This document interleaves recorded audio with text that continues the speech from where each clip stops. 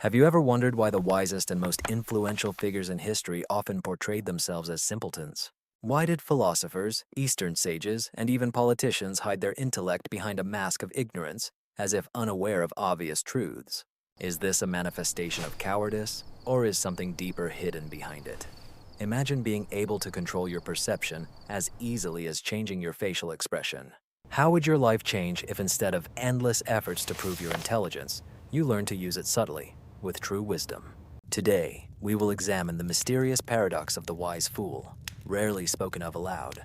You will learn how Arthur Schopenhauer and ancient Eastern mentors used pretense of foolishness not from weakness, but to triumph in the most hopeless situations. We will discuss why excessive display of intelligence can be detrimental, where envy comes from, and how this principle works. The student opens doors that are closed to the knowledgeable. Watch this episode, and you will no longer perceive your role in society as before. Perhaps you are realizing the true power of humility, long silenced by the greatest minds of humanity. Why did the wisest people in history often pretend to be simple-minded, even if they surpassed everyone in intelligence? The paradox of the wise fool is a favorite riddle of philosophers. Arthur Schopenhauer, a pessimist and observer of human nature, formulated a rule: to maintain your freedom and inner strength, do not strive to appear smarter than others. Why? Schopenhauer warned, never show off, especially not try to teach others what you know better. So what is the essence? Imagine being surrounded by people, each trying to showcase their virtues. A too intelligent person appears alien, feared, not taken seriously, and envied. Ostentatious wisdom, like a bright lantern in the dark, attracts not only attention but also dangers. Many are convinced that to achieve success one must constantly prove their intellectual abilities, but practice shows that such people often end up unsupported and become outcasts within the group. Schopenhauer observed this everywhere and concluded, playing the role of a simpleton is an art of the chosen, not the weak. He noticed that many sages and outstanding thinkers intentionally concealed the depth of their minds for their own peace. His phrase that, "the wise hide their knowledge, while the ignorant flaunt their ignorance," makes one ponder whether it's worth constantly displaying one's insight. In his time, when intrigue and envy became almost the norm, philosophers preferred to remain silent to preserve their inner freedom. It is no coincidence that the great teachers of the East taught, "He who knows remains silent. He who does not know speaks."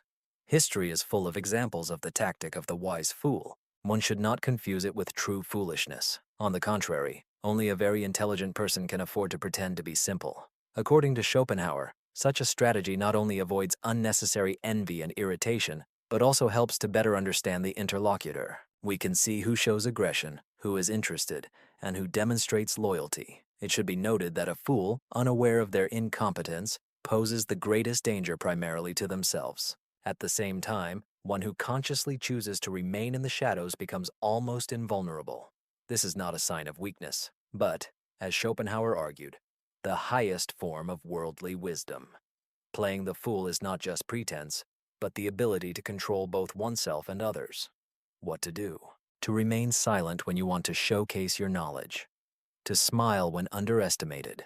Sometimes the clever fool turns out to be the only winner in the most difficult and unfair situations, as he is not seen as a threat. That is why, as Schopenhauer said, the wise prefer to remain in the shadows rather than expose themselves.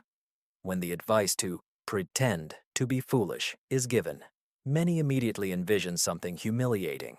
However, in the East, the ability to conceal one's strength is considered the greatest strategy. Remember the ancient samurai? They possessed mastery of the sword but could appear completely ordinary, even naive. Why is that? It's an old principle. He who does not reveal his cards controls the game. One of the favorite tactics of military strategists is to not reveal their true qualifications to the enemy. There is a story about Miyamoto Musashi, who became the greatest duelist in Japan. He often appeared for the duel in shabby attire, and his opponents underestimated him, thinking he was just a simple old man. At a critical moment, Musashi swiftly triumphed, revealing his true level only to those who truly deserved it. In the East, it was believed that if you immediately demonstrate your knowledge, you may be put in your place or rejected. Confucius once noted that a wise man appears ordinary until his time comes. This happens not out of cowardice or hypocrisy, but because restraint is the highest form of power. Zen monks taught their students the art of pretense. The master Nansen could appear uncomprehending and deliberately misunderstand questions to confuse overly clever visitors. The explanation is simple. As soon as you put on the mask of a simpleton, people relax. They begin to trust and reveal their secrets, unaware of who is before them. Thus, it is not the one who loudly proclaims themselves that is strong, but the one who knows how to be unnoticed at the right moment. In Japanese schools, there is a story of Bushido. A master enters the hall where his students await an impressive lesson and simply waters the flowers. Silently, he leaves the students puzzled, making them think something is wrong with him or that he is just foolish. But the attentive observer understands that at this moment the master is teaching the main lesson: patience and the tactic of invisibility. This is how ancient Eastern strategies work. He who can slow down and pretend to be calm and simple becomes a mystery. A riddle is always more dangerous than an enemy with a raised flag. It is not a sign of weakness, but a way to activate an ancient reflex of trust. The simpleton does not inspire fear, and therefore he is allowed closer. However, as Zen teaches, the most dangerous tiger is the one that behaves quietly. If you manage to transition from the role of a student to that of a master in time, no one will be prepared for your true strike, be it in negotiations, arguments, or life. Our brains are structured in such a way that it is often more beneficial to hide our true potential than to demonstrate it. Why does this happen?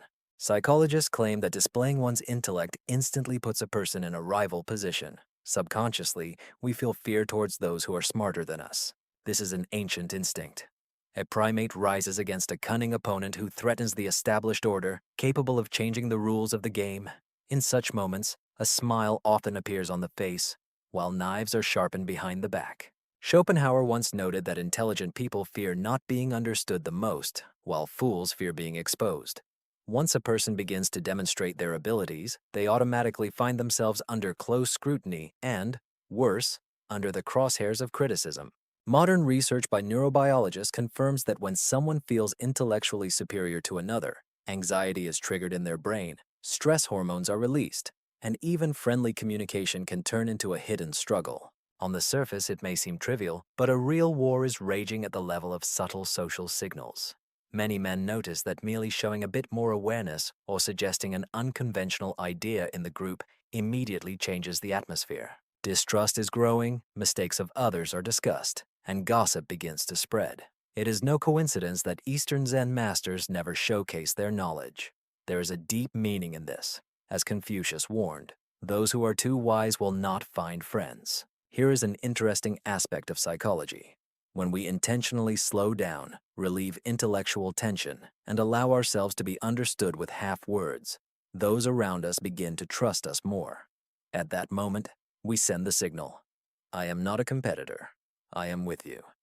Then true allies begin to appear. If we recall the experience of Eastern warriors, ninjas considered it unsafe to leave intellectual traces behind. According to their tradition, the best victory is one that no one even suspects. This ability to remain unnoticed is the true art for a great purpose. Modern science confirms this effect. The invisible benefit of modesty manifests in the long term.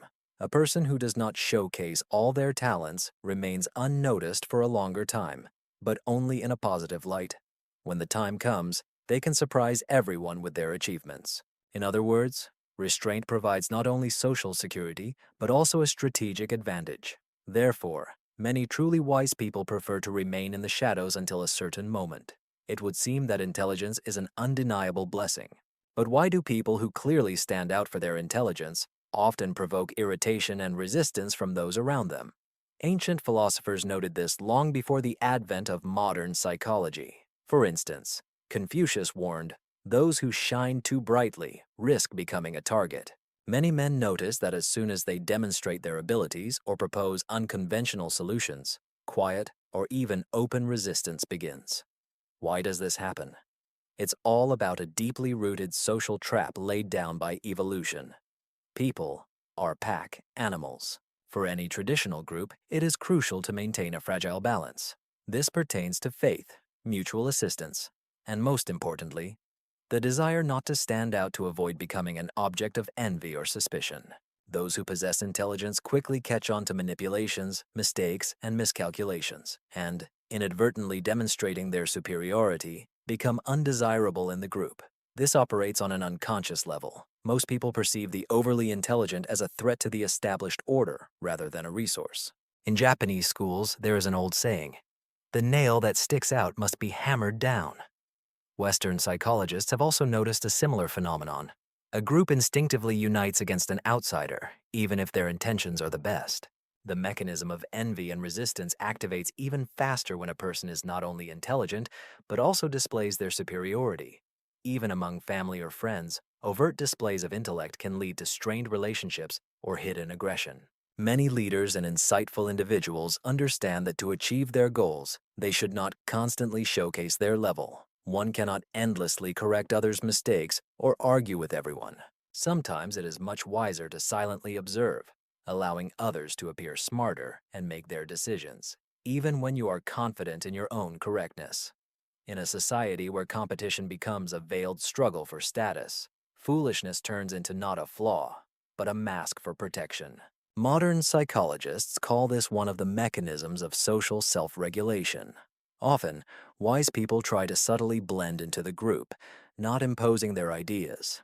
It is then that they are truly listened to, because demonstrative intelligence causes not admiration, but anxiety. If this person is so smart, it means they can deceive, strip power, or initiate changes that others won't like. That's why, as Schopenhauer noted, sometimes it's worth pretending, not to hide your mind, but to avoid exposing yourself and to allow others to feel confident around you.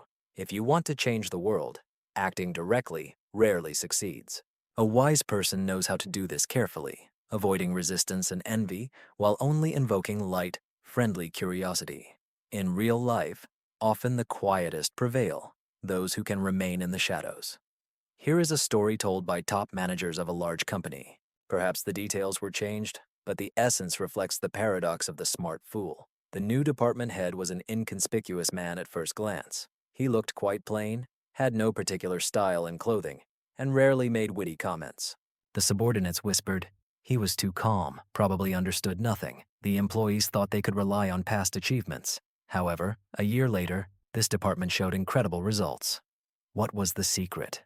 According to colleagues' observations, the new leader rarely emphasized his erudition, even when he had answers to all questions.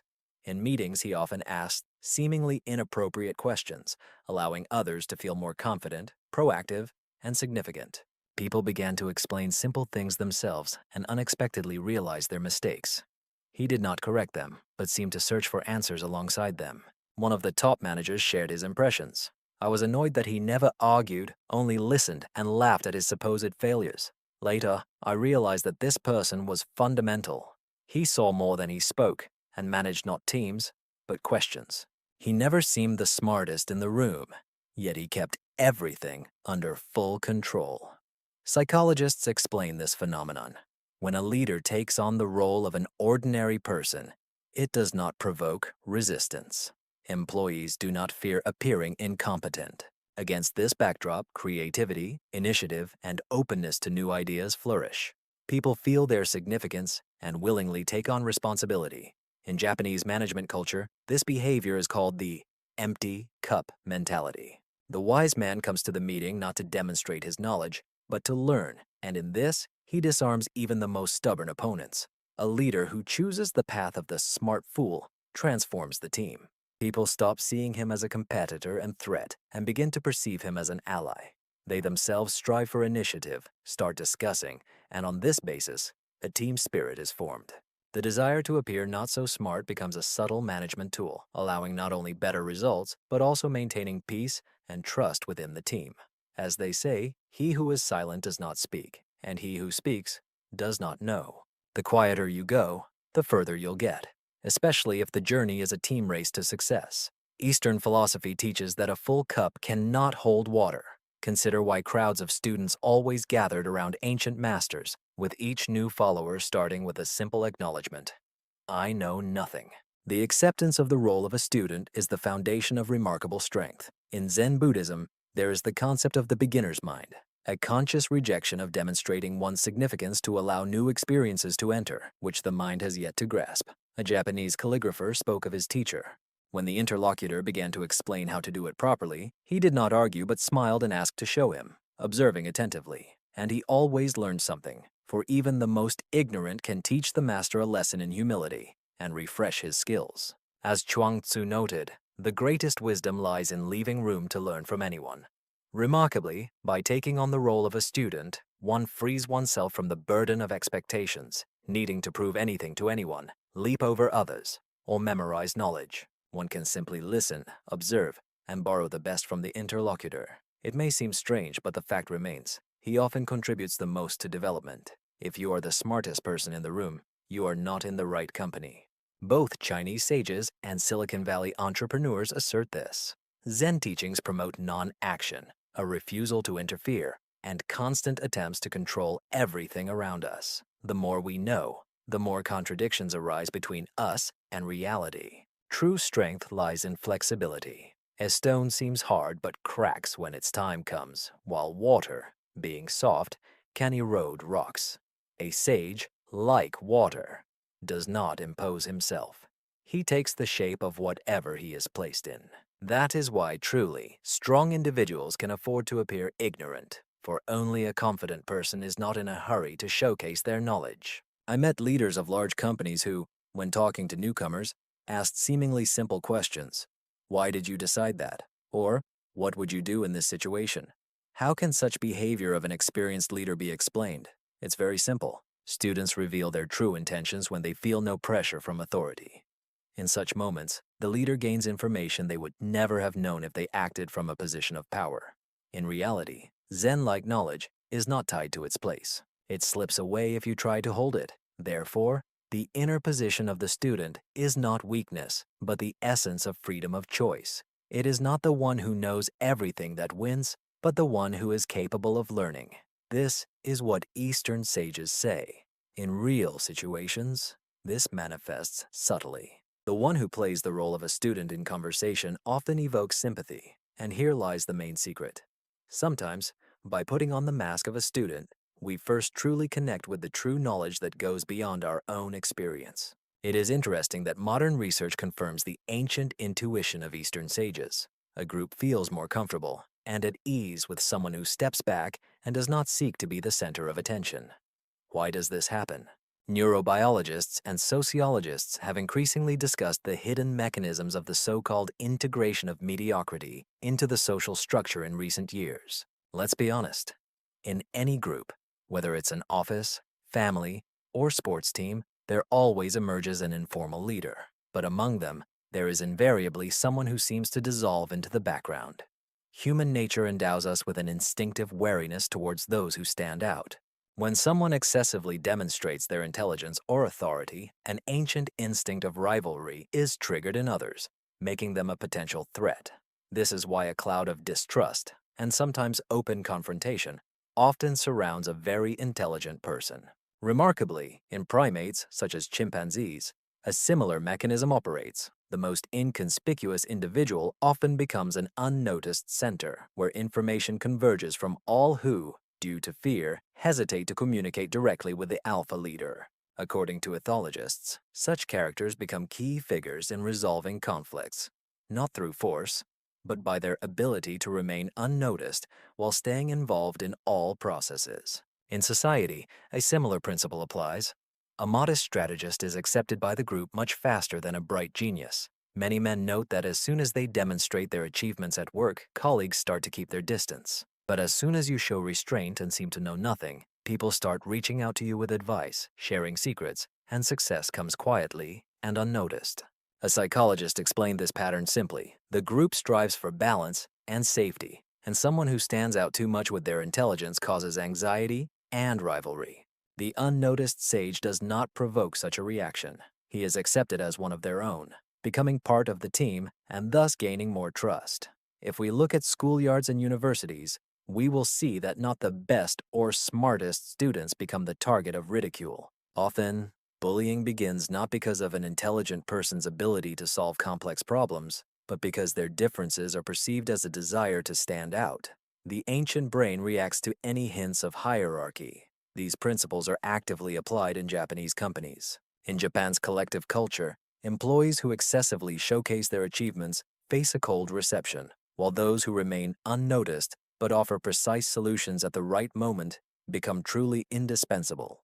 The inviolable ego in a team is the key to long and quiet victories. There is even a term, the gray mouse effect. Psychologists claim that such people are more likely to survive in corporate games, advance upward, and sometimes earn more than those who strive for genius and seek attention. However, there is a downside. The ability to restrain one's genius is not a mask but the highest form of wisdom, inner economy, and self-control. As Sun Tzu said, display weakness to surprise with strength.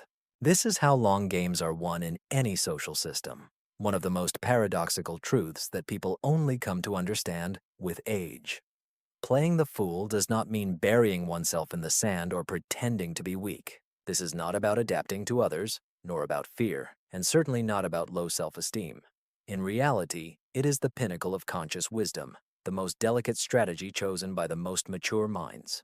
Eastern philosophers called it the art of non-intervention, while Western thinkers spoke of the mastery of listening more than speaking. A true mind never draws attention to itself. It chooses to see and understand the surrounding world more deeply, to subtly influence circumstances. There is an ancient saying, "He who seems foolish is often wiser than all others." Remember that even in the palace intrigues of ancient China, the shadowy prime ministers often appeared unremarkable, sometimes even clumsy. The famous Japanese samurai Miyamoto Musashi pretended to be clumsy in battles to see the true intentions of his opponents, allowing him to achieve victories where the enemy already rejoiced in their success.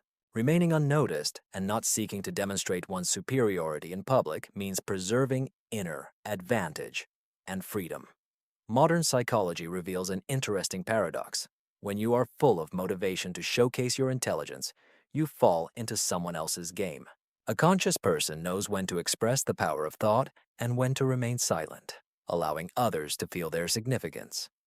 This is a sign of maturity.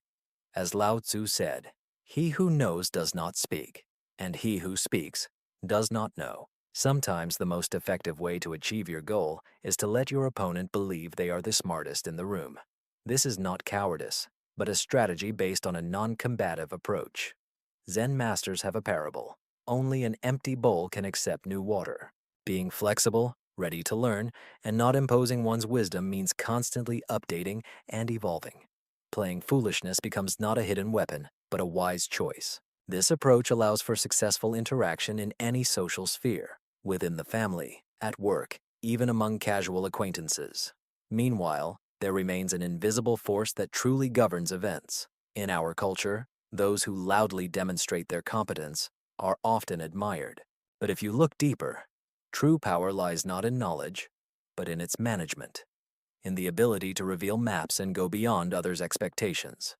This is always the choice of a mature personality, to confront one's ego and become the master not only of the mind but also of fate. True wisdom lies in the ability not to prove one's intelligence, but to manage it. It is an invisible armor that allows one to be anyone and remain oneself in any situation. How often have you caught yourself thinking that if you spoke less, you would be better understood and respected? Here is a paradox. True wisdom often does not require loud demonstration. Many outstanding thinkers and successful leaders chose the path of unobtrusive presence. Confucius once said, "A true master is one who knows how to remain a student." When you are not in a hurry to boast about your intellect, you become an ally rather than an enemy to those around you. They trust you and allow you to be involved in the most important decisions. Psychology asserts that in any group, people instinctively gravitate towards those who do not undermine their self-esteem and do not belittle them, even accidentally, with their intellectual superiority, but rather offer dialogue. Eastern sages called it the art of the empty vessel. On the surface, you seem slightly naive, but within, you maintain clear consciousness. This approach opens access to the experiences of others, unexpected alliances, and deep communication. Perhaps it is time to reconsider your principles. Perhaps in the next difficult situation, it's better not to rush to prove your knowledge, but to play modestly. True strength lies not in ostentatious intellect, but in the conscious management of it. Sometimes silence is the most challenging form of wisdom.